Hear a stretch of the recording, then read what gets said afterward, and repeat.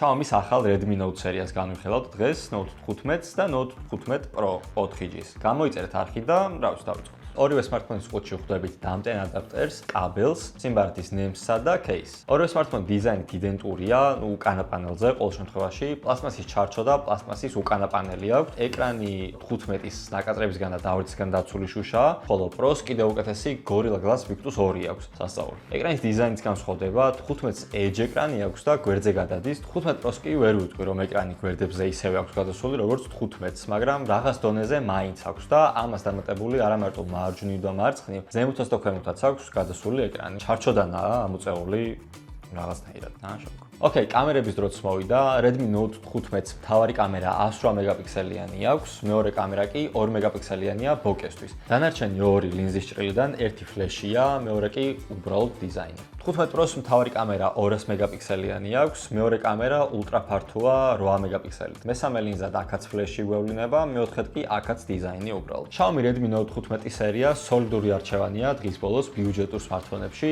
კარგი ელემენტი, კარგი ეკრანი და ყოველდღიური ტასკების მარტივი შესრულება, სკროლვა, ფოტოების გადაღება და ასე შემდეგ. თუ ამ საფოსო კატეგორიაში ეძებთ სმარტფონს, ამ ორსაც შეხედეთ, არხის გამოწერის გილაქცაც დააჭირეთ ქვემოთ და შემდეგ შეხვედრამდე ნახვამდის.